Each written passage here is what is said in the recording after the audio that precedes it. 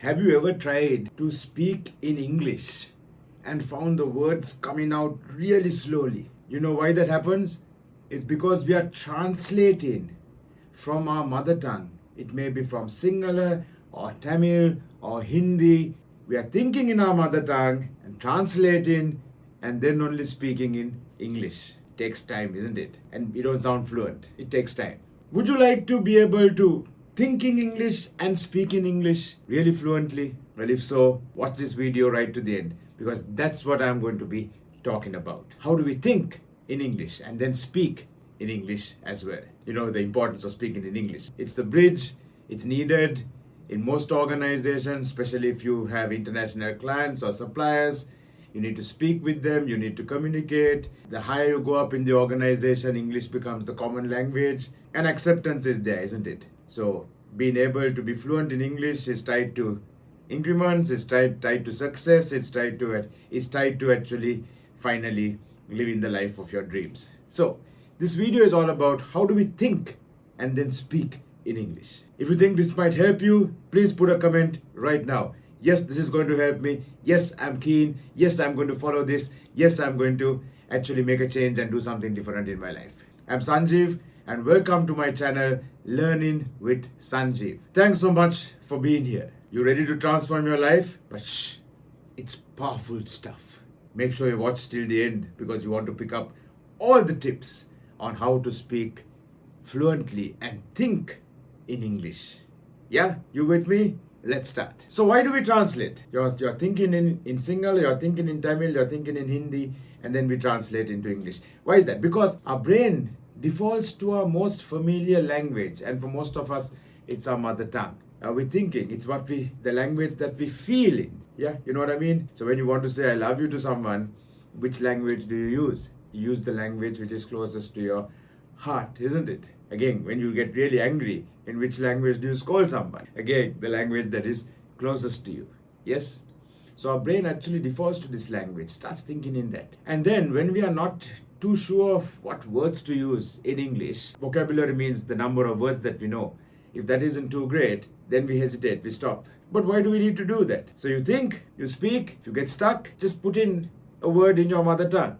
It doesn't really matter too much. So if you're in Sri Lanka, you're speaking in English, then you can't figure out or you can't remember the next word. What is the English word for that? Let's say productivity. What is the English word for productivity? You use the singular word for that. You're in India, you're speaking, you don't know the word for productivity, you put in the Hindi word for that. That's fine. Absolutely fine. And the other thing is fear of making mistakes makes us want to overthink and try our best to get it right. Now, when we are trying our best to get it right, trying to construct this sentence in English, it takes time. We lose the flow of speaking. We lose the impact that we are trying to make. We lose the energy. We lose the power. We lose the persuasion that we are trying to actually do there. And all of those is more important than getting the right word in. Correct? If I'm talking to you, what's the most important thing? You should understand what I'm saying. You should feel what I'm saying. You should want to do what I'm asking you to do. You should understand. You should believe what I'm telling you. That is not going to come so much from the words, but more from the energy. This fantastic research that was done in the early 70s by Alfred Mehrabian of the University of California, where he found that 93% of the impact of verbal communication is not from the words we use, but it's from the tone, it's from the speed, it's from the volume, and it's from the body language, the energy, all of that. Only 7% of the impact actually comes from the words that we use. So are words important? Yes, they are. But there are things that are more important than the words that we use. You with me? So how do we stop translating? One is actually practicing situational phrases. Things that we have to encounter in daily life. You go to a restaurant, ordering food. You get into a bus or you get into a train, buying the ticket. You're on your way somewhere, stopping passerby or stopping at a shop and asking for directions. Where is the temple that is down this road? How much further is it? Just practicing phrases like that. Things that we need to use in everyday life. You go to the shop, buy a loaf of bread. How do you ask for that loaf of bread in English? So that's situational phrases. Actually, learning phrases has been proved to be easier than trying to learn specific words. So you learn the whole phrase. How much is that loaf of bread? The whole phrase. Yeah, rather than how much loaf, bread. So you learn the whole phrase. This is called chunking. And our brain loves chunking because it actually keeps track of whole phrases, groups of words, thoughts. So it's chunking. So chunking is multiple words, not just one at a time. So learning the phrase and then remembering the phrase and then using the phrase. The next thing that we can start to do to actually think in English is the immersive technique, which is go spend some time with people who are really fluent in English.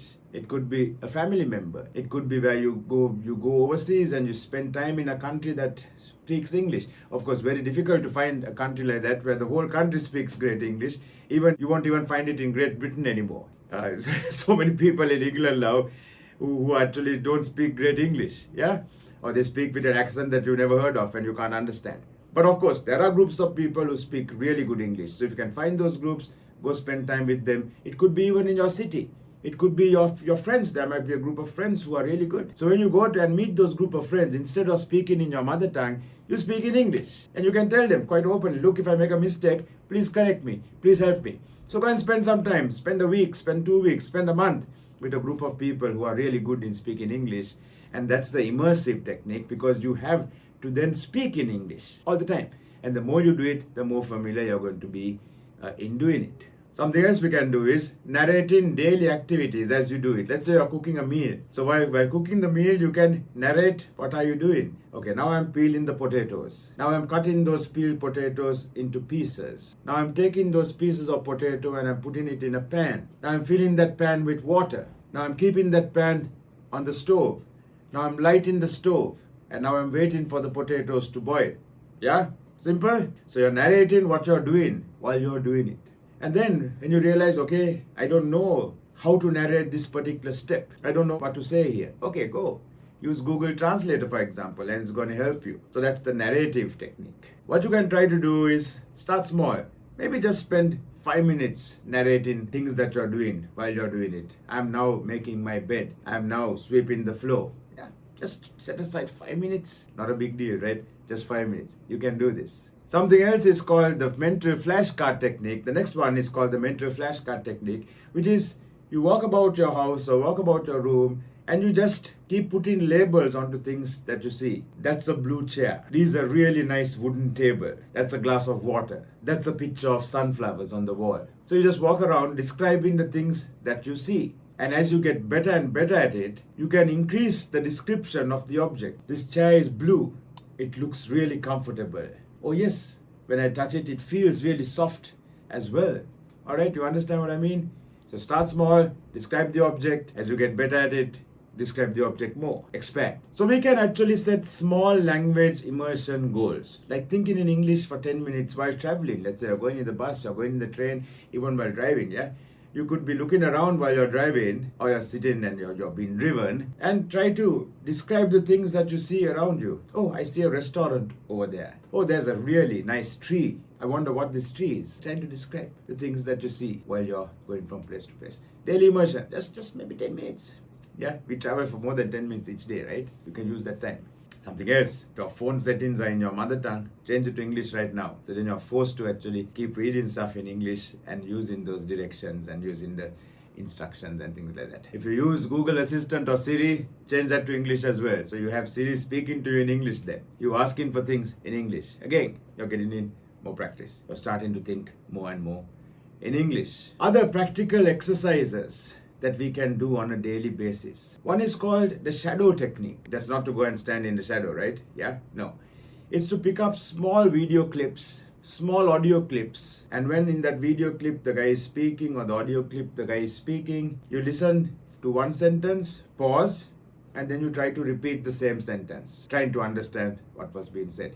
Trying to mimic the tone, trying to mimic the inflections. Inflections is which word are you stressing? Which word are you putting more emphasis on? I am sure this method of thinking in English is going to work. So you saw which word did I put emphasis on? I am sure this method of thinking in English is going to work for me. Now I put stress on, emphasis on 2 words. I'm sure, and it's going to work for me. You see? Yeah? So mimic the tone, the accent.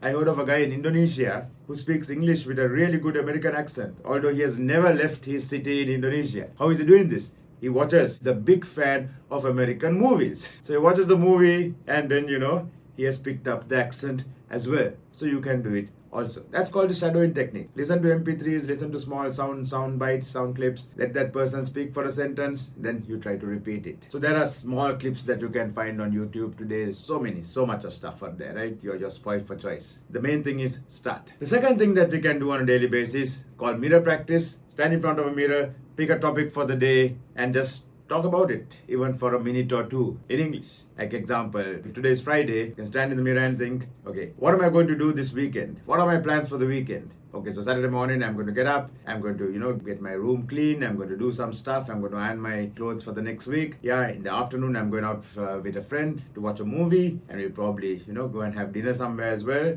Sunday morning, I'm going to get up. I'm going to do some religious observances. I might go to church or go to the temple. So you're narrating what you're going to do while looking at yourself in the mirror. And you know what's going to help you? Put a big smile on your face when you're doing that as well. It's going to help you for sure. Number 3, you describe your surroundings. We discussed it a little bit earlier as well. While driving, you describe your surroundings. Or you can go to your garden, describe what you see around you. There's a tree over there. There's a lovely bird sitting on a branch singing a nice tune in the morning. The sun is bright. And you can also create challenges for yourself, like go to your sitting room or go to your kitchen and try to, describe things without using the same word more than once. That's a tough one. What else can we do? We can use media to increase our fluency in English and to start thinking in English. I'm sure you love watching movies like I do, right? But lots of times we may be watching movies in our mother tongue. Let's stop doing that. At least do that, but let's also watch movies in English. So you watch a movie in English, first with the subtitles in English as well. And as you understand now what's going on, try switching the subtitles off and then still trying to see, am I still understanding what's going on? You can watch actually sitcoms, things like Friends or Modern Family. These are sitcoms, situational comedies, just short ones, right? It's 20 to 30 minutes, where those actors and actresses are actually always doing normal everyday things. They're going to the coffee shop, they're having a chat with friends, they're cooking dinner, they're joking, they're laughing, they're pulling someone's leg, they're falling in love, they're falling out of love, things that you and I do. So those situational comedies are everyday occurrences. They're going through everyday things. Those things we do as well. So you can learn phrases from that. You can learn what to say in different situations by watching those. Maybe you just spend half an hour each day watching one of those. And the classics are actually Friends, isn't it? Never grows old. I think I watched the whole series, the multiple seasons of Friends, probably twice or 3 times. So let's try. Something else is listening to podcasts. We're going to put a list of podcasts that you can watch, listen to in the description. Just check that out. Or drop me an email. My email will be there as well. In the description, drop me an email and I'll send you this whole list of podcasts and some short books, short novels that you can read where you're enjoying the story or learning something, plus you're developing your language skills as well. Books or audiobooks. And ideally, if you have the written book and you also have the audiobook, so you can read a chapter and then listen to that same chapter. See, okay, what I read, how does it sound? What are the inflections? Which words do we emphasize on? What's the accent? How do I say this? Yeah, and go both ways. Listen to the audiobook, one chapter of the audiobook, then read it. Or read it and then listen to it. We give you a list of those stuff as well. Yeah, books that you can find in audiobook and also written form. So reach out for that if you want it. Something else we can do is actually journaling. Yeah, journaling is a habit that Tim Ferriss talks about in his book, Tools of the Titans. He says that most of these titans, which are heads of big companies, big organizations, and people who have done really well for themselves in life, actually do journaling on a daily basis. Get up in the morning, start writing their plan for the day, which helps them to focus, helps them to collect their thoughts. That's a great thing anyway, but we can use it to build our fluency in English and to start thinking in English as well. So just before going to bed, you can take out your journal. Journal is just a diary or even just a notebook or an exercise book, and you start writing what you did in the day. So I woke up at 7, I had my breakfast, I got dressed, I went to work, I had multiple meetings in the day, I had lunch with a friend, I had more meetings in the afternoon, tough day, right? A lot of meetings. I traveled back by train to my home. I got home at about 7:30 in the night. I cleaned myself up. I had a wash, and then I had my dinner. I had a chat with my family. I watched some TV and went to bed at 10, which is where I'm actually writing this stuff in my journal right now. So you can actually start with short sentences, just like I woke up at 7, and as that becomes easier, expand. Like, it was a really busy day at work. I felt, very tired, a little stressed as well. So you can expand the details, add more flavor to what you're saying. It's adding the spices. Yes, making it more interesting. You can also practice conversations in your head. It's like speaking to yourself. Speaking to yourself doesn't make you crazy, right? I do it all the time. Yeah, practice conversations in your head. So what am I going to say in this situation? If I meet a friend, what am I going to tell this friend? I go to a meeting, what am I going to say in this meeting? I want to ask my boss for leave. How do I go and ask him for leave? All in English. Practice the phrases. What do I say? How do I say it? What are the words? How do I put it together? What are the phrases? The chunking method. Yeah, all of that. So there are research-backed insights on learning a new language or getting better in a language. One of those is actually what is called spaced repetition. So when you have some phrases written down and you want to practice these phrases, you do it on Monday, then don't do it on Tuesday, do it again on Wednesday. After doing it on Wednesday, do it again on maybe Friday. After on Friday, doing it on Friday, you skip the weekend, you do it again on Monday. You see? After doing it the following Monday, you do it again on Thursday. So you keep increasing the gap between when you practice. And that's called spaced repetition, because that increases the memory of those phrases, makes it more fluent. It actually makes the neural connections stronger. It's all about making the neural connections in our brain stronger. Spaced repetition. And of course, as we discussed earlier, chunking without learning individual words. Try to learn phrases. And phrases to do with subjects that you're going to be speaking about regularly on a daily basis. If you're a fan of cricket, listen to some commentaries or watch some matches and you see what this guy is saying, how they're describing the match. And you can use those phrases when you're talking about the match with your friend the next day at work. Your friend is also interested in cricket. So then you're going to be talking about cricket. Let's say you're interested in leadership. Go watch some TED Talks on leadership. Pick up some phrases there. Then maybe talk about this with your boss, with your colleagues at a meeting. So you're getting in the practice, talking about things that are of interest to you. All right, are you ready to take on a 7-day challenge to increase your thinking in English? Yes, you're ready? Just 7 days. Let's see how it goes. When the 7 days are over, it will be great to hear from you. Yes, so you can put it in the comment. Yes, I'm going to start this challenge. Yes, I'm up to it. Yes, I'm excited. Yes, I'm going to start. And hopefully when the challenge is over, you can come back and put a comment and tell me how it went. Or you can write me an email as well. Just drop me an email.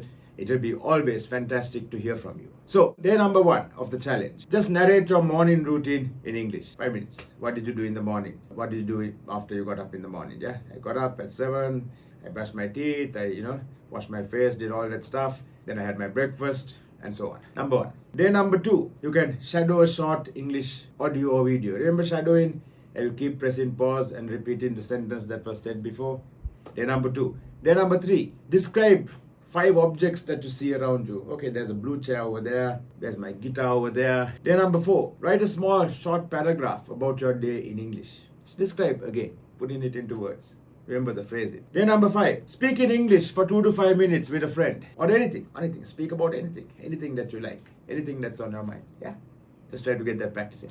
Day number 6. Watch maybe 10 to 20 minutes of a sitcom like Friends or something like that. First with the subtitles, then without, and try to see, do you understand? Are you following what's happening here? And then number 7, have a conversation in English with a friend, a family member, or if you can't find a friend or family member to speak with, even with yourself. So that's your day 7 challenge. Up to it. Are you ready? Good to go? Let me know how it goes. All right? I'll be really interested to hear from you. Then, we're at the end of the video. Thanks so much for joining me for this video. I hope it helped you. Please don't forget to subscribe if you thought this content helps you. Till then, till the next one, stay safe and stay blessed. I'm Sanjeev.